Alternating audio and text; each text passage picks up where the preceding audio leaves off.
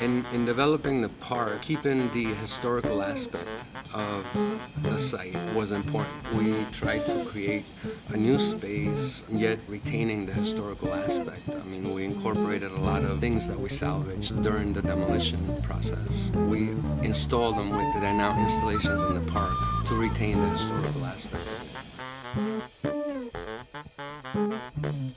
The refinery building is very important in the entire development. It's a landmark, and it's really interesting in that it was basically a machine wrapped in brick. The structure within the four walls was built around the equipment. The first phase of that particular part of the project was to remove all the equipment that was built into the structure. We spent 2 years doing that.